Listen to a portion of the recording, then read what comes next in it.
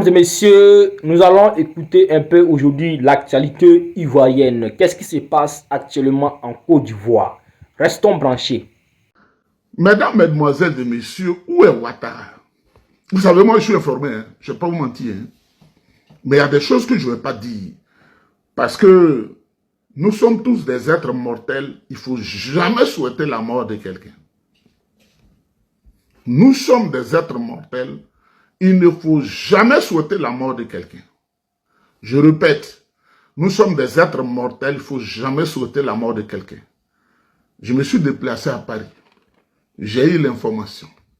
Partout où Ouattara est passé, tous les grands journalistes à Paris qu'on a mis à contribution, tous les amis dans le secret qui sont des agents du système qu'on a mis à contribution, il y a des images qui ont été faites que j'ai. Quand l'hélico descendait, Ouattara à l'hôpital Georges Pompidou dans le 15e, entouré de ces gardes de corps, j'ai l'image. Quand j'ai dit, quand l'hélico descendait, Ouattara, en situation difficile, couché sous le brancard à l'hôpital Georges Pompidou dans le 15e, j'ai l'image. L'hôpital, comment on appelle, Alassane Ouattara, à l'hôpital des armées à Clamart dans le 92e, j'ai les images. Parce qu'ils pensent que quand ils sont garde de corps, ils font ces bruits-là. Nous, le système qu'on exploite, on peut te prendre des images sans que tu sais pas, tu peux pas empêcher quelqu'un de regarder son téléphone ou de regarder un moteur. Je dis à Ouattara, et je dis à vous tous, Ouattara est incapable d'exercer la fonction présidentielle. Je vais parler autre chose. Ouattara là, c'est fini. Ouattara Alassane Dramane est incapable, je vous donne l'information, je ne suis pas dans les amusements, incapable d'exercer la fonction présidentielle. C'est fini. Et c'est pourquoi ils ont appelé Tene Birahima Ouattara le violeur à Paris. J'étais à Paris quand il est passé là-bas. Et lui on dit c'est fini, hein, le monsieur là. Ton frère là, c'est fini. C'est fini. On fait comment? Et lui veut être président. Or lui, dans leur système là, c'est pas lui qu'on veut choisir parce qu'on n'est pas dans une comment on appelle, en situation d'hérédité patrilinéaire. Et même les blancs là, ils disent que c'est Patrick Yachi, ils veulent. Parce que vous savez, Patrick Yachi, il est blanc et noir. Sa maman est blanche, son papa est noir. Elle est blanc, comme ils sont extrêmement racistes, c'est Patrick Yachi, ils veulent. C'est pourquoi je voudrais dire à Patrick Yachi, la fiole qui est Tene Birahima Ouattara là, quand on lui a donné l'information, à l'hôtel de la Défense à Paris, l'hôtel de la Défense, c'est le ministère de la Défense en Côte d'Ivoire. Là-bas, ils disent l'hôtel de la Défense. Il fallait qu'il trouve quelque chose à dire. Son frère est dans un état végétatif, c'est-à-dire c'est fini l'exercice du pouvoir d'État. C'est fini. Les heures sont comptées. Son frère est sous respiration artificielle. Je ne m'en réjouis pas, mais je vous dis ce qui est. Je ne viens pas piailler. Je travaille dans le réseau des Blancs. Journalistes, Blancs, tout le monde. On m'a dit, viens à Paris. Je suis allé rapidement à Paris. Je viens d'arriver, ça fait 2 heures de temps. Je n'ai même pas encore mangé. Ouattara, c'est une longue histoire. Ils peuvent utiliser l'intelligence artificielle pour faire tout ce qu'ils veulent. C'est leur problème. Mais ceux qui ne savent pas lire entre les lignes, moi, il y a un morceau que je ne vais pas sortir, mais je vais vous dire une chose. Regardez Dominique. Dominique Ouattara est en possession de toutes ses facultés mentales. Fantabert. Elle est en possession de toutes ses facultés physiques. Ils lui ont dit, va représenter ton mari au Massa. Le marché des arts du spectacle africain, elle est allée là-bas. Quand elle venait là, vous voyez comment on l'a attrapée? Parce que les femmes sont fortes dans la tête, mais elles ne seront jamais plus fortes que nous. Moi, je vous le dis, il n'y a pas une femme qui sera plus forte que nous. Surtout que Quand la situation est très proche d'elle, la femme, elle transparaît. Dominique ne peut pas marcher convenablement. Parce que ils ont tout caché, mais dans la tête, elle a pris un coup. Deuxième élément, Blaise Compaoré en République de Côte d'Ivoire depuis 2014. Dans la nuit du 17 au 18, là, Blaise a tout ramassé, il a fui, il est allé au Maroc. Blaise craint quoi? Blaise Compaoré craint quoi? Il a tout ramassé, il a fui, il est allé au Maroc. Sa femme, personnel de maison, lui-même, Blaise Compaoré a fui, il est allé à la maison. Alassane Ouattara n'est plus au Massa, lui qui aime tellement se faire voir, ce vieux grigou. Chemin de lui et moi, Alassane Ouattara ne peut pas se présenter là-bas. Même celui qu'il appelle l'empereur Denis Sassou Nguesso, son parrain, dans le club diabolique, les FM, les buveurs de sang, Alassane Ouattara ne peut pas aller à la cérémonie de Sassou Nguesso. Mais à côté, quand le violiste Téné Birahim Ouattara sort de l'hôtel de la Défense et qu'il est mélangé dans la tête, il dit que lui, il est gestionnaire du terrorisme. C'est ce qu'il a dit. Il dit qu'il est gestionnaire du terrorisme. C'est pas moi qui le dis, je dis ce qu'il a dit. La fiole dit qu'il est gestionnaire du terrorisme en Afrique occidentale. Il ne combat pas le terrorisme, il dit il est gestionnaire, je suis gestionnaire du terrorisme. Vous savez, quand en Afrique, les gens ne sont pas allés convenablement à l'école, parce que moi je suis allé convenablement à l'école, ça peut ne pas te plaire, mais je suis allé convenablement à l'école, on n'est pas complètement apte à utiliser les mots à leur place et dans leur contexte approprié. Téné Birahim Ouattara, la fiole, dit qu'il est gestionnaire du terrorisme. C'est pourquoi les gens souffrent au Burkina. C'est pourquoi les gens souffrent au Mali. C'est pourquoi les gens souffrent au Niger. C'est lui le gestionnaire du terrorisme. Et chaque fois, on veut cacher les choses. Nous, on a l'information première.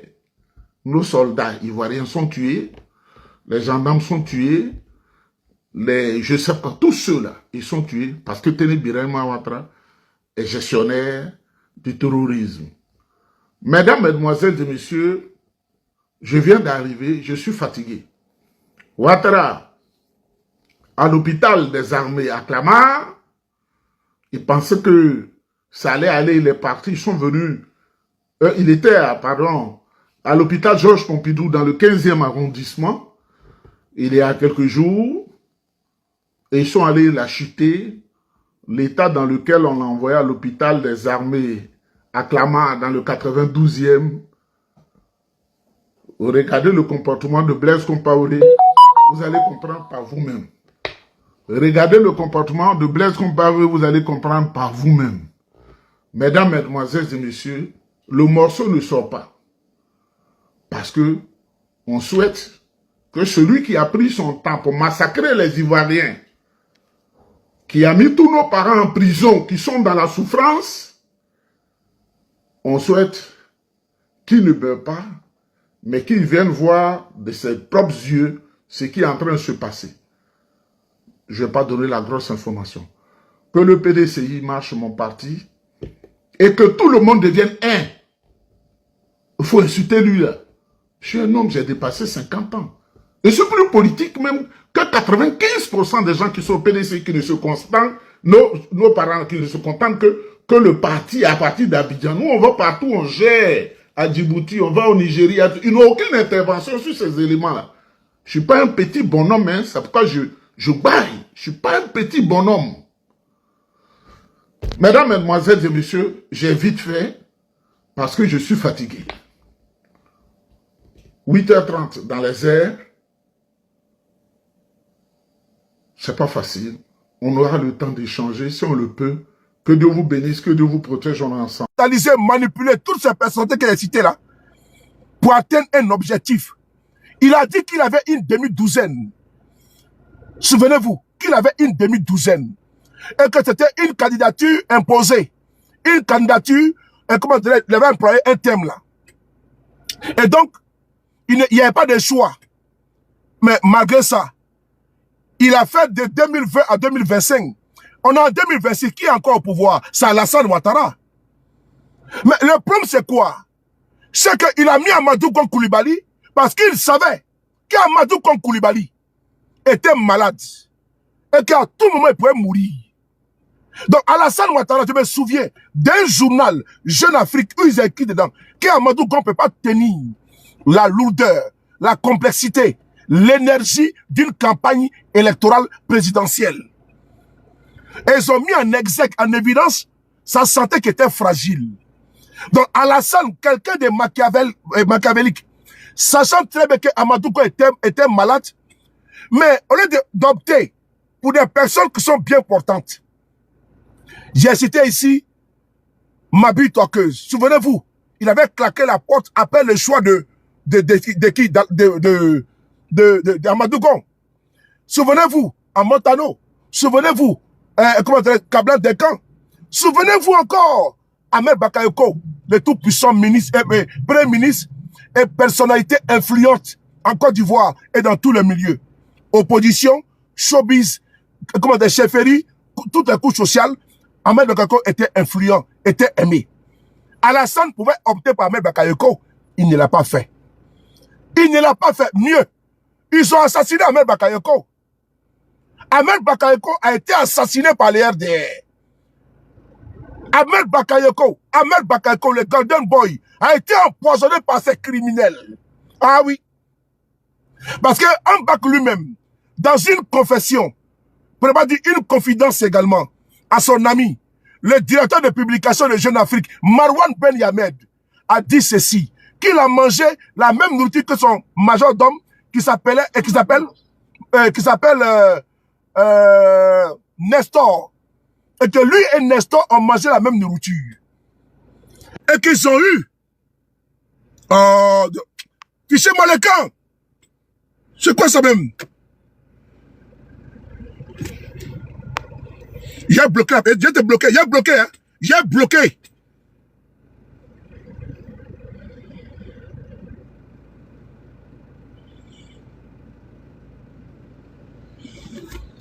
Taboté, objectif 50 000 K. Objectif 50 000 T. Voilà. Ma bio dit que c'est 3 000 T. Mettez objectif 50 000 tapotage. 50 000 T en même temps.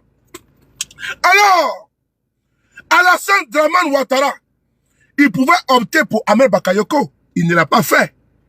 Mais Ambak lui-même va se confesser auprès de son ami qu'il a consommé une nourriture. Et depuis ce moment-là, il ne se porte pas bien. Son majordome a perdu pratiquement 20 kilos. Mais comme ce Ambak a beaucoup consommé, Ambak il a été fiolé. Parce que ceux qui sont au pouvoir, c'est des criminels, mon frère. C'est des criminels. Le journal, il existe. Vous tapez sur Google les confessions d'Ahmed Bakayoko, Jeune Afrique. C'est là. C'est encore là. C'est encore là. C'est encore écrit noir sur blanc. C'est un témoignage sur les actes crapuleux odieux de ces criminels. Alors, Amadou Gon ne savait pas.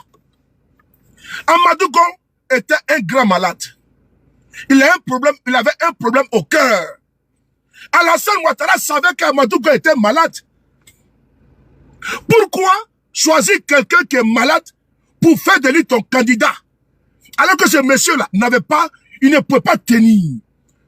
Ouattara voulait que Amadou Gon meure et que lui, il va prendre, ça allait venir pour dire non, c'est cas de force majeure. Voici la phrase qu'ils ont prononcée.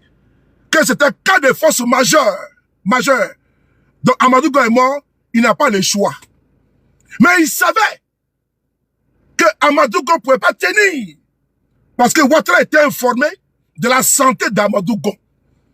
Amadou Gon a commencé à faire des campagnes. Avant la campagne, écoutez. Il faut t'allumer ici. Faut t'allumer. Allume-toi vite là. Moi, bâtard sauté. On va aller regarder les matchs. Non, il n'y a pas de match ici. Moi, bâtard sauté, c'est mieux. Ça fait quelques jours, je n'ai pas fait de direct pour eux. Écoutez. Écoutez. Le message principal que je suis venu vous dire. Partagez. Soyez zen. Soyez zen. Soyez zen. Oui. Il n'y a rien. Hey. En 2020. Oui. Tchoko, on va prendre. En 2020, Tchoko, on va prendre. Ah bon? Amadou Ba était trop sûr de lui.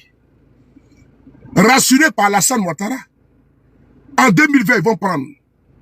Parce que dans l'antichambre, Ouattara avait déjà choisi Amadou Gon. Les sachets même malades.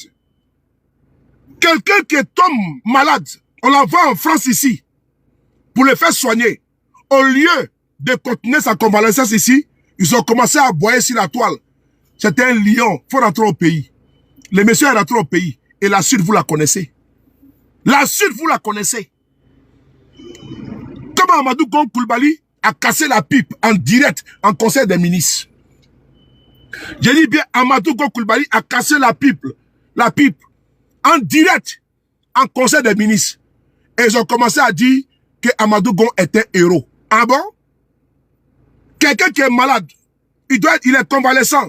On dit non, viens travailler. Parce qu'ils ont voulu obligatoirement tuer ce monsieur. Ils ont forcé ce monsieur à puiser au plus profond de lui-même, à aller au-delà de ses efforts.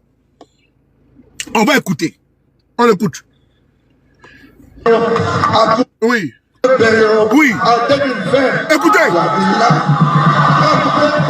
Oui. En 2020. Amenata. Oui. Amenata. Amadiayo. Amenata. Amenata.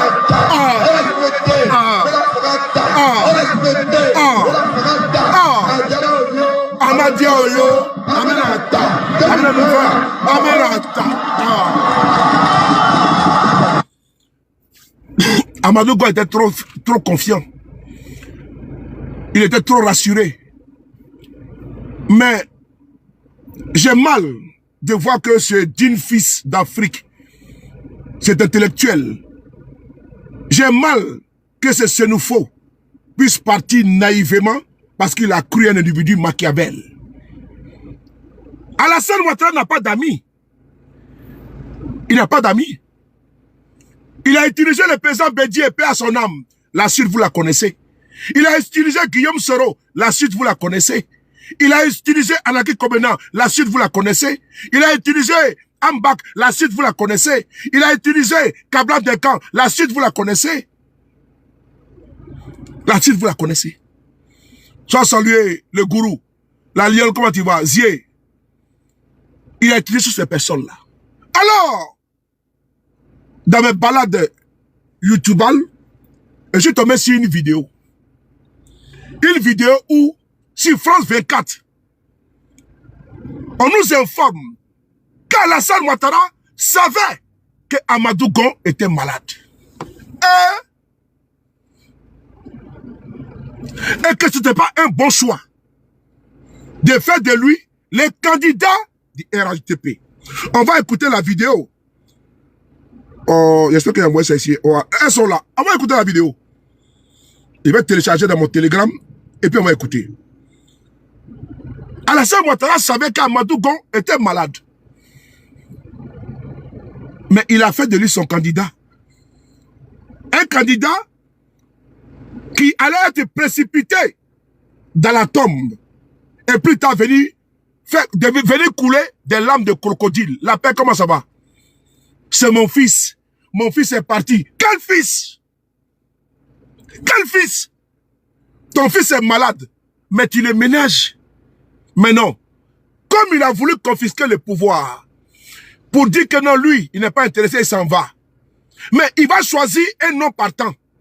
Un grand corps malade. Et puis il dit, toi tu sois candidat. Alors qu'il y avait des bien portants, hein, dans l'écurie. Dans l'écurie, RDA, il y avait des bien portants. Il y avait les Bitogo, il y avait les Bakongo, les Patrick Kachi, Non, non, non. Alassane Ouattara est parti opter pour qui? Choisir qui? Il allait choisir Amadou Gon. Lui-même qui est malade. On va écouter ici. On va écouter France 24. On écoute France 24. France 24 nous explique. Il y avait des journalistes ivoiriens. Un journaliste ivoirien. Il y avait Joël Guessan, à l'époque porte-parole du RDR. Et Vincent Hugeux, un reporter français. Mais ils vont nous faire des révélations. Alassane, là, en choisissant Amadou Gon, il avait un calcul. D'ailleurs, est-ce que cas de force majeure, qui a été un alibi pour M. Ouattara, pour faire un troisième mandat criminel, est-ce que le cas de force majeure continue encore jusqu'en 2026 là? Il y avait quel cas de force majeure pour que Ouattara puisse être candidat en 2025? Mais la douzaine de personnes là, elles sont où? La douzaine de personnes, elles sont pas là? Est-ce que Bakongo n'est pas là? Patrick Kachi n'est pas là? Bitego n'est pas là? Est-ce que quand dans FDR, il n'y a pas plus de qu'Alassane Ouattara? Il n'y a pas quelqu'un comme Patrick Talon a fait au Bénin là? Il a mis quelqu'un. Il n'y a pas quelqu'un là-bas au RDR? Il y en a? Je ne suis pas là pour jouer au co-hébergement au match là. Alors ton invitation, numéro 2, Roukaya Koko, comment on appelle ça, imbécile là. Tu vois que je suis là pour jouer au jeu ici là. Tête de nœud là. Tête de foin. Enfoiré là. Quand tu regardes les panels où on accepte le jeu, tu dans ma tête, je suis là pour jouer un joueur.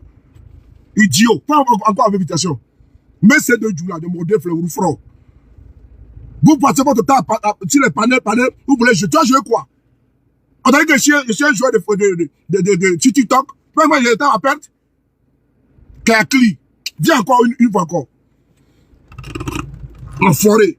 On va écouter ici. On va écouter. Je vous demande de tendre les oreilles. Les révélations sur la mort d'Amadou Gon. Écoutez.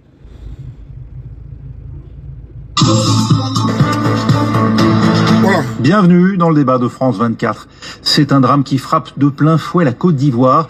À moins de 4 mois de la présidentielle, le pays vient de perdre son premier ministre et candidat désigné du parti au pouvoir. Oui. Amadou Gon Coulibaly s'est éteint après un malaise cardiaque à l'issue du Conseil des ministres hier.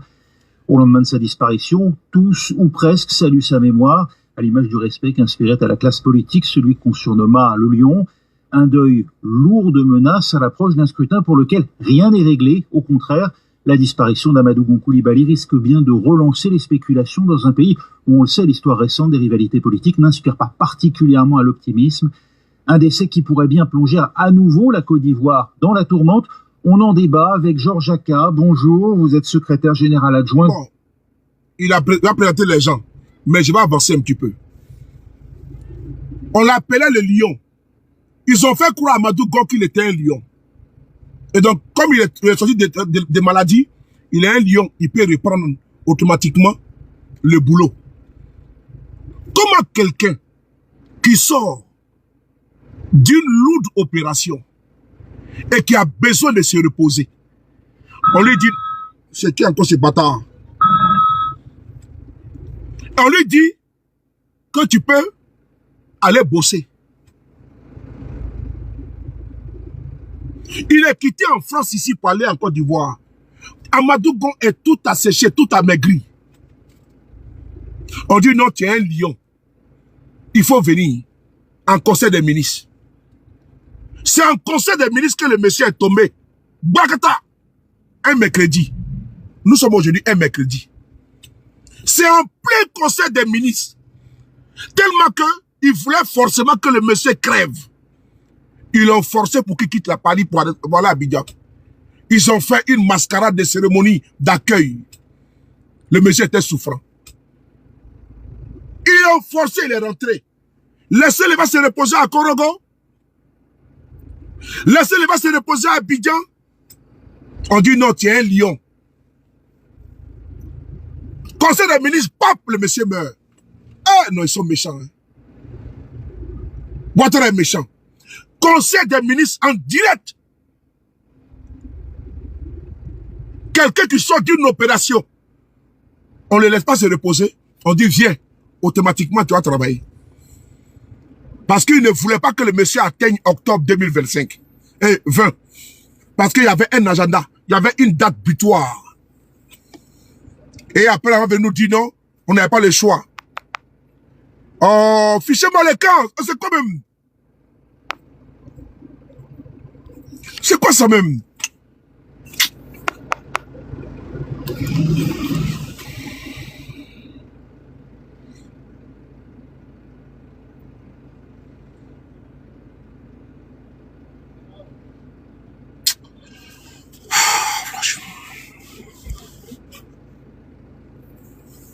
Affaire où je suis là, puis on m'appelle pour ne rien me dire là.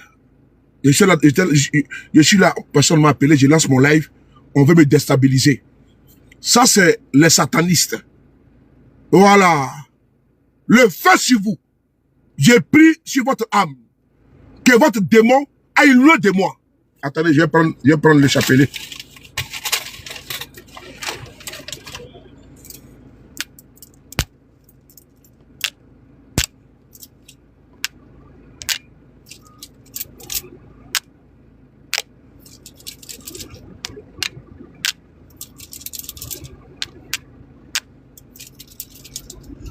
Abat ceux qui m'appellent. Abat ceux qui m'appellent. Arrière de moi, Satan. Tous ceux qui m'appellent les démons pour gâter mon live. Abat. Bloque leur téléphone. Casse leur téléphone. Voilà. Casse leur téléphone. Celui qui m'appelle est en live. Voilà. Pour m'importuner, casse son téléphone. Casse son téléphone. Abat.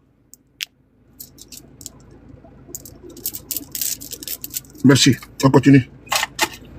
Donc, si tu m'appelles, ton téléphone, ça va se casser. J'ai fait de ma prière. Appelle encore. Appelle. Ça va se casser en direct, en live. J'ai prié sur mon téléphone. Donc, s'il y a un appel qui rentre, un appel malveillant, c'est la main puissante de Dieu qui bloque ça en même temps. L'épée, le bouclier,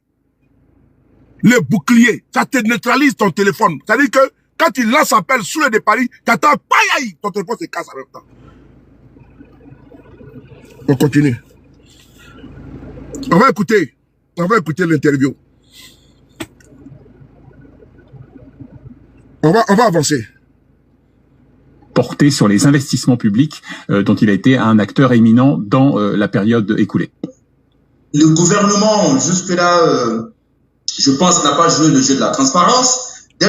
Ici, c'est un journaliste ivoirien. Écoutez-le. On l'appelle André Sylvain Conan. Écoutez ce qu'il va dire à la mort d'Amadou Gon Coulibaly. André Sylvain Conan va charger le gouvernement de Ouattara. Écoutez bien. Et va expliquer ce que je suis en train de développer ici. Et plus tard, Vincent Hige va encore enfoncer le clou sur les circonstances de la mort d'Amadou Gon. Ça là, on ne peut pas laisser passer ça là. Voilà. C'est ce qui est important, les vrais sujets. On va écouter André Sylvain Conan. Voilà. On y va, monsieur, venez. Parce que même si aujourd'hui tu es devenu un sardinat, on va vous écouter. Au pays depuis peu, il avait passé près de 2 mois en France hospitalisé en raison déjà d'un problème cardiaque. On le pensait tiré d'affaire. Est-ce que c'est une surprise ou est-ce qu'on malgré tout... Écoutez bien, les journalistes disent qu'il a passé 2 mois en France pour un problème cardiaque. Expliquez-moi, comment quelqu'un... Cette vidéo, c'est pour vous dire que M. Ouattara, là, il a la boulimie du pouvoir. C'est quelqu'un, après toutes ces années au pouvoir, toutes les stratégies pour atteindre le pouvoir. Et il n'a jamais eu la volonté de quitter le pouvoir. Et certains ont été sacrifiés sur le chemin de son ascension au pouvoir d'État. Et l'une des victimes, c'est Amadou Gon Coulibaly, qui a mis sa santé en jeu en croyant à Alassane Ouattara. Alors que Ouattara, là, il n'a pas d'amour de quelqu'un. Il a l'amour que pour le pouvoir, pour les privilèges du pouvoir, l'avantage du pouvoir, les délices du pouvoir. C'est tout ce que Ouattara y pense. Il a voulu être président coûte que coûte.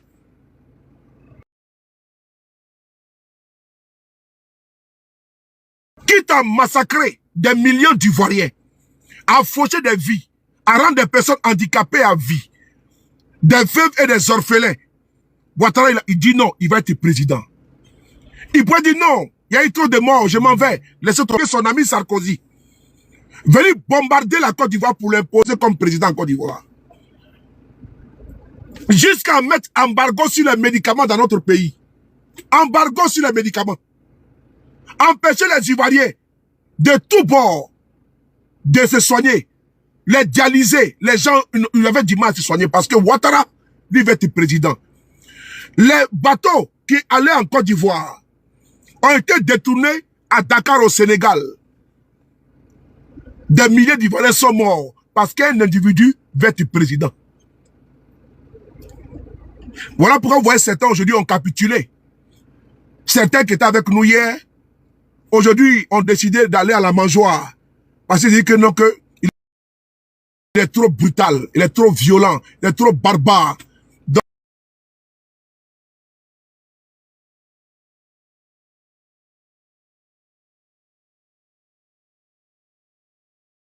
Mourir au pouvoir et après on verra. Tous ceux qui se sont retournés aujourd'hui là, non, les démarches c'est tout. C'est leur lâcheté qui les trouve pas un alibi là, c'est tout. Mais pour eux là, le monsieur est tellement violent, il est tellement brutal, il est tellement barbare, mais pour certains, je peux dire qu'ils ont raison.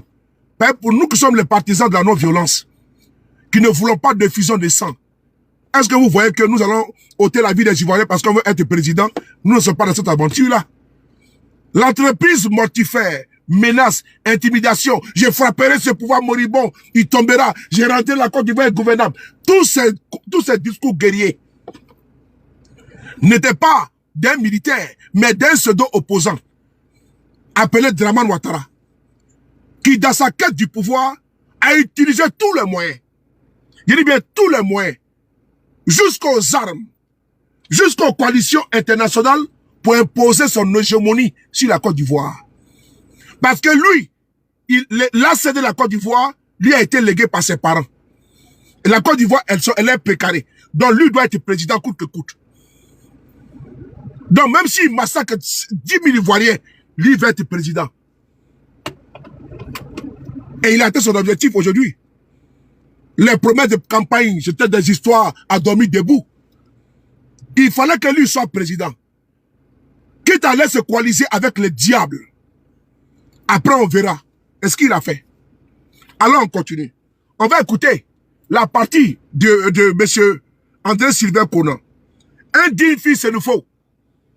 Amadou Gon a cru à Alassane Ouattara. La suite, vous la connaissez. On va écouter ce qu'il va vous dire. On y va. On s'attendait à ce que sa santé soit chancelante au retour au pays. Alors, le Premier ministre Amadou Gon Coulibaly, effectivement, était rentré le 2 juillet, à peu près deux mois à peu près de convalescence. Voyez-vous, sa mort plonge effectivement la Côte d'Ivoire, le pays, dans le désarroi. Vous l'avez dit, les autres invités aussi l'ont dit. Mais il faut comprendre que ce n'est pas une mort aussi inattendue. Ce n'est pas une grande surprise. C'est vrai que ça crée l'émoi, c'est l'affliction, c'est le désarroi. Mais le gouvernement, jusque-là, je pense, n'a pas joué le jeu de la transparence. Dès le départ, nous étions parmi ceux qui disaient « Attention, ce n'est pas qu'un contrôle médical. » Oui. Ce contrôle médical qui s'était mué par la suite en une longue convalescence. Et puis, avant qu'il retourne en Côte d'Ivoire, nous avons été encore là pour dire attention, les charges de M. Gon sont assez énormes pour quelqu'un quand même qui avait subi une opération délicate du cœur. Voyez-vous, M. Gon était à la fois le Premier ministre de Côte d'Ivoire, qui était un job très prenant, une mission délicate avec beaucoup de stress. Il était à la fois le directeur, le président du directoire du RHDP, le parti présidentiel qui englobe de grands partis et un job pour lequel il avait vraiment à être au front, au moulin en même temps. Et de toutes ces charges, on était venu ajouter la charge du candidat à la présidentielle d'octobre 2020. Vous déplorez un manque de transparence. Est-ce qu'il aurait fallu que son parti le décharge justement de cette mission de porter les couleurs du parti à la présidentielle? En tout cas, de l'une des 3 missions. Moi, j'étais de ceux qui disaient qu'il était important qu'on le décharge de l'une des 3 missions parce qu'il était Premier ministre, Oui. il était candidat du RHDP Oui. et président du directoire du RHDP. C'était ces 3 missions, 3 charges assez importantes pour quelqu'un dont on savait qu'il avait subi une opération délicate du cœur en 2012. Vincent Hugeux, En 2012, Amadou Gon Coulibaly, paix à son âme, Alassane Ouattara était celui qui avait financé son opération. Parce qu'il a subi une transplantation. Parce qu'il y a un jeune Français qui a fait un accident, donc c'est son organe qui le donne à Amadou Gon Coulibaly. Il était à moto. En 2012. Il a subi une opération, lourde opération. André Sylvain Conan, journaliste ivoirien, dit ceci. Que c'était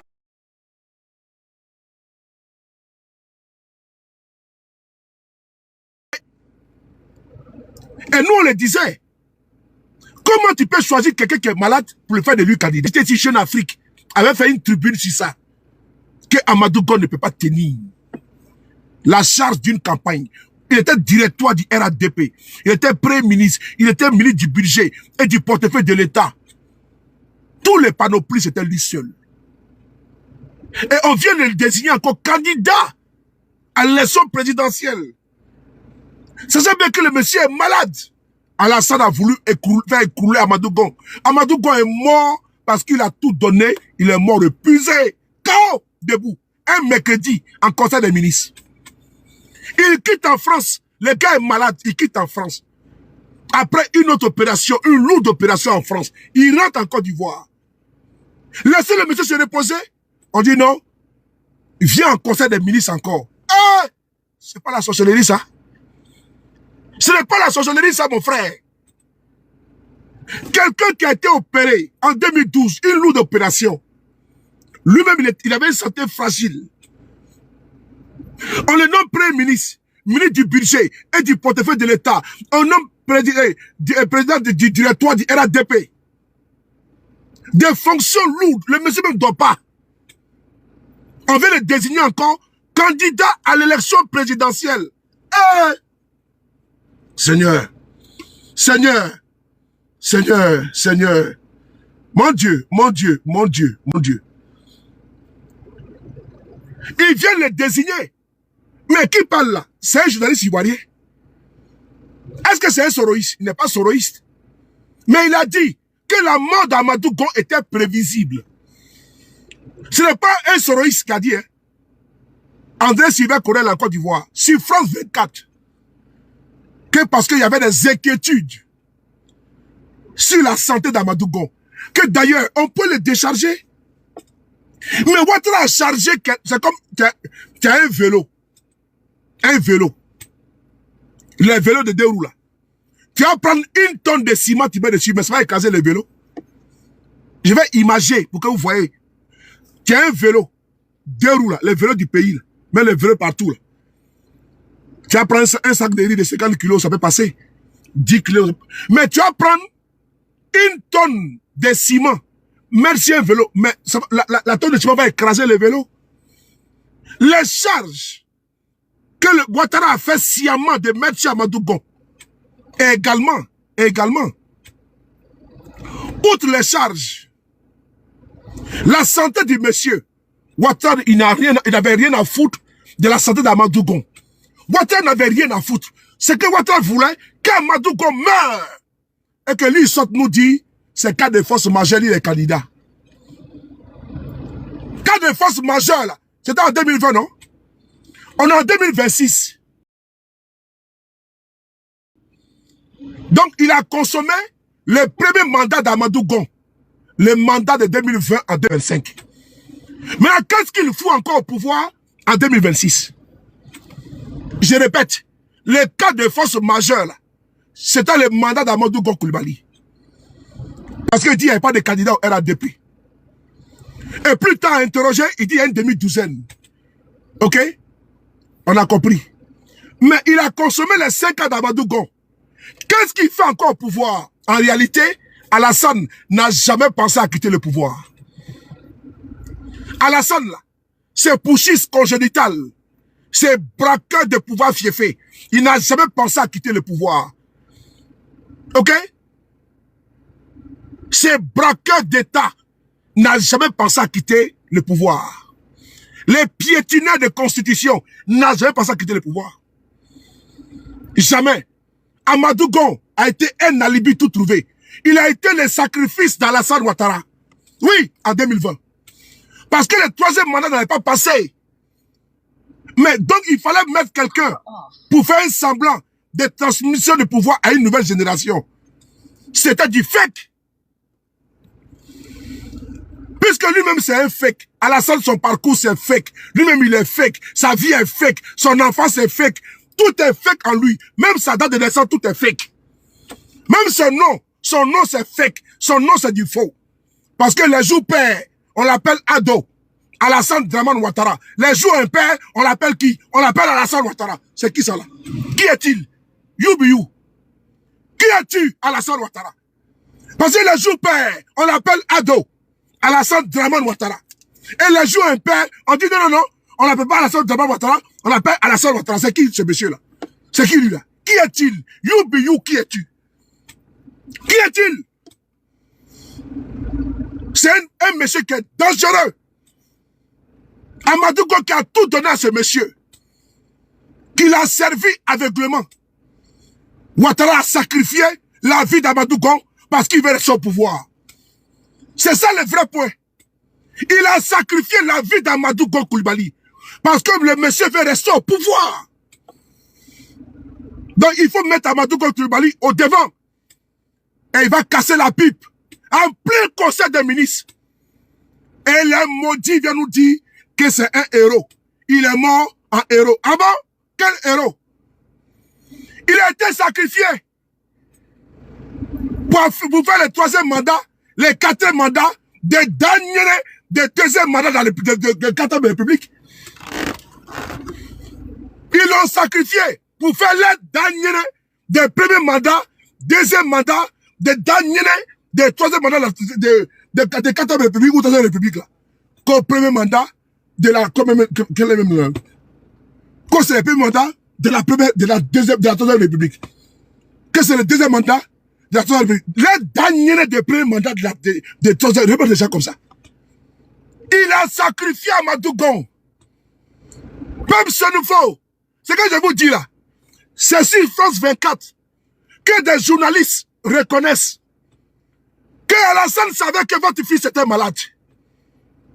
Oui. Que Alassane savait. La plus valeur aujourd'hui.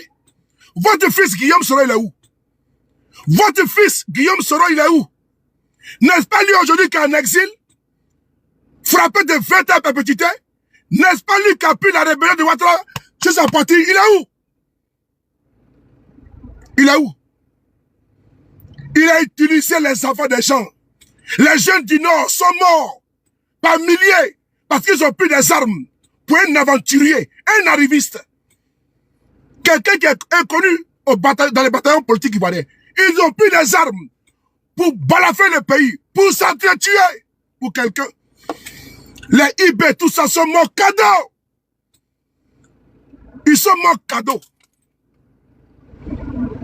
Amadou Gon, il est mort cadeau.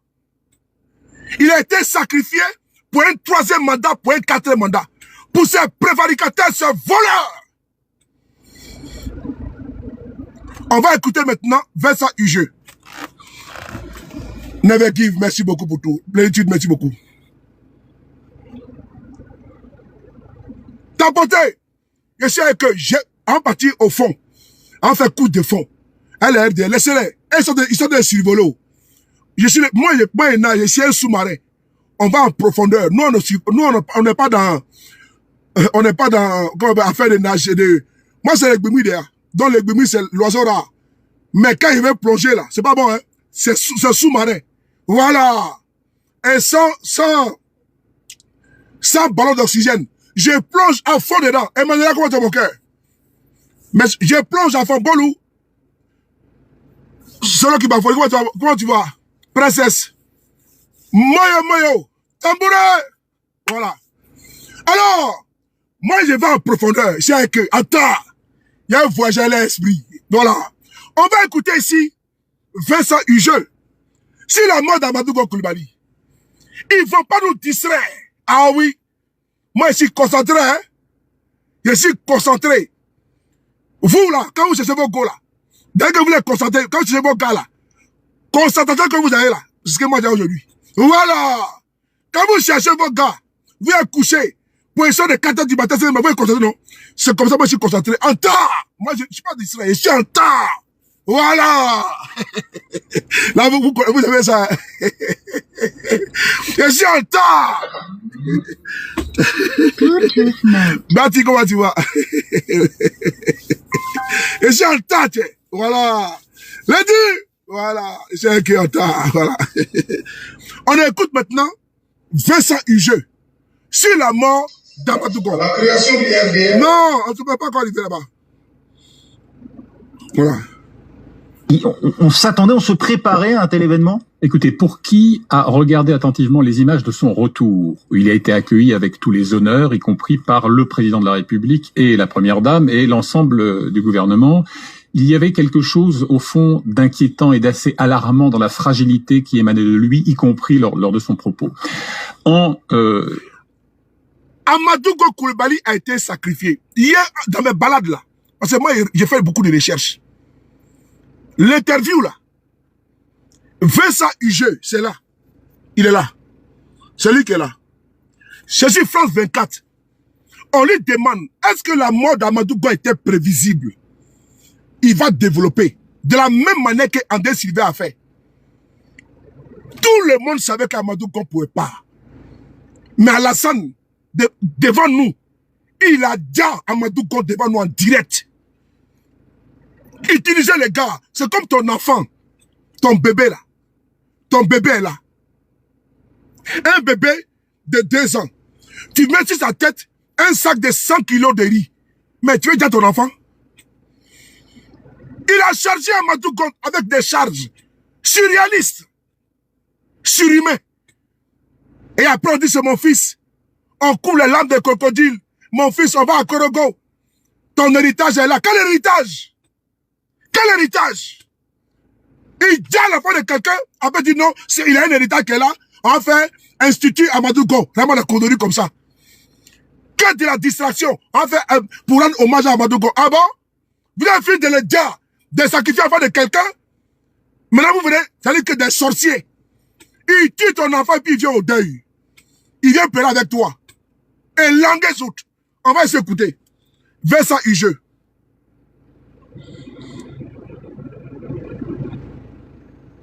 On y va. Justement, de cette mission de porter les couleurs du parti à la présidentielle. En tout cas, de l'une des 3 missions. Moi, j'étais de ceux qui disaient que il était important qu'on le décharge de l'une des 3 missions parce qu'il était Premier ministre, il était candidat du RHDP et président du directoire du RHDP. C'était ces 3 missions, 3 charges assez importantes pour quelqu'un dont on savait qu'il avait subi une opération délicate du cœur en 2012. Vincent Hugeux, on s'attendait, on se préparait à un tel événement? Écoutez, pour qui a regardé attentivement les images de son retour, où il a été accueilli avec tous les honneurs, y compris par le président de la République et la première dame et l'ensemble du gouvernement, il y avait quelque chose, au fond, d'inquiétant et d'assez alarmant dans la fragilité qui émanait de lui, y compris lors de son propos. Couronnant la loyauté indéfectible que nous évoquions tout à l'heure, et donc en adoubant sa candidature, Alassane Ouattara a indéniablement pris un risque politique. On a évoqué à l'instant l'intervention, la transplantation cardiaque. Il le savait malade, oui. Pose d'un stent. Un pose d'un stent qui est ce petit appareillage qui a pour vocation de prévenir en quelque sorte le rétrécissement des artères lorsqu'on a des fragilités coronariennes. Donc on le savait fragile. Mais je vais vous raconter une anecdote à mon avis très éloquente. Oui. Voilà encore 8 ou 10 mois quand je rencontrais des proches de la présidence. Oui. Les éléments de langage qu'ils essayaient de propulser sur l'avant-scène, c'était « il est en pleine forme, il court 10 km par jour, Voilà. Cette fragilité, c'est une légende urbaine, etc., etc. » Quelques mois plus tard, le discours était déjà beaucoup plus mesuré. Oui. Oui, au fond, peut-être reste une candidature par défaut. Il n'est pas faux que le président envisage d'autres hypothèses au cas où, non pas une hypothèse aussi tragique que celle-là. Oui. Mais soyons clairs, et là encore, ce n'est pas faire injure à la mémoire du défunt que de rappeler que cette candidature qui a été imposée le 12 mars et qui devait ensuite être en quelque sorte sanctuarisée le 1er août lors d'un congrès d'investiture officielle, elle a donc été imposée par le président et elle a suscité des réticences et des réserves, à l'évidence, dont j'ai été moi-même le témoin. Voilà. Pour certains, il y avait, tout en reconnaissant ses qualités d'homme d'État, un déficit de charisme. Oui. Pour d'autres, une forme d'autoritarisme parfois, semble-t-il, mais surtout des doutes qui émanaient d'une santé que l'on savait fragile. Voilà. Donc c'est vrai qu'à partir du moment où le président Ouattara dit « je ne serai pas candidat », on y reviendra sans doute tout à l'heure, et donc j'adoube très clairement, et d'ailleurs je recadre ceux qui, à l'intérieur de l'appareil du parti, ont eu le malheur d'émettre des doutes ou des réserves sur ce choix, ça a été le cas de plusieurs d'entre eux, on pourra aussi y revenir, et bien là, en quelque sorte, il se cornérise, c'est-à-dire qu'il se met dans une situation où, à l'évidence, et même des dignitaires du parti l'admettaient dans les 24 heures écoulées, il n'y a pas vraiment de plan B qui s'impose. On a caché, Joël Nguessan, l'état de santé. Vous avez compris? Ils ont sacrifié Amadou Gon Coulibaly. Alassane Ouattara a sacrifié Amadou Gon. Lui-même, il est témoin, il dit, des conseils de M. Ouattara. Il dit non, Amadou Gon court, il fait 10 km par jour. Et plus tard, le monsieur s'en allait pas. Il dit non, bon, peut-être qu'il va prendre quelqu'un d'autre ou tout. Vous avez vu comment Ouattara est mauvais? Ouattara était informé de la santé d'Amadou Gon. Il était informé de la situation sanitaire d'Amadou Gon. Mais Ouattara a imposé à Amadou Gon parce qu'il savait qu'il n'allait pas tenir. Quand Amadou Gon allait mourir, lui, il allait faire son 3e mandat en prenant pour prétexte la mort d'Amadou Gon. Est-ce que c'est pas ce qui est arrivé? D'ailleurs, ceux même qui se plaignaient du choix d'Amadou Gon se faisaient recadrer. Et Amadou Gon, il a bien dit, il a été imposé. Pourquoi Ouattara voulait l'imposer? Sachant très bien qu'Amadou Gon était malade. Pourquoi imposer quelqu'un que sa vie tenait seulement que sur un fil? Comment tu vas, Étoile? Pourquoi? Parce qu'il y avait un plan derrière. Que le monsieur crève et puis on reste au pouvoir. Les bien portants qui étaient là, pourquoi il n'a pas fait le choix de ces personnes? Parce que Ouattara, il avait déjà son agenda, le Nouchi. Ouattara a sacrifié Amadou Gon. Je n'avais pas écouté cette interview. C'est hier. Je me suis mis à fouiller, puis moi j'aime beaucoup écouter YouTube. Et je vais trouver l'interview, là, je dis, attends, je vais m'intéresser à ça. Et je vois que, attends, c'est une mine d'information. Avec un journaliste, un reporter, un grand reporter, Vincent Hugeux, que lui-même il est témoin. Ah, frères Ivoiriens, chers Ivoiriens, voici le visage hideux d'un individu braquant du pouvoir d'État. C'est quand même lamentable, c'est dégoûtant. C'est répugnant à la limite. Que pour le pouvoir, ce monsieur il est prêt à tout. 2025, il a trouvé encore un autre alibi fallacieux pour avancer encore, pour faire un 4e mandat. Faire sortir près de 45 000 soldats. Bouquer le pays, organiser une élection traumatisante avec un taux de pourcentage qui avoisine même les 5% ou les 6%. Et après, on vient de dire qu'il a gagné à 97%. Allez-y comprendre, frères et sœurs. Allez-y comprendre. La partie là, vous allez écouter des versets useux. Restons en profondeur.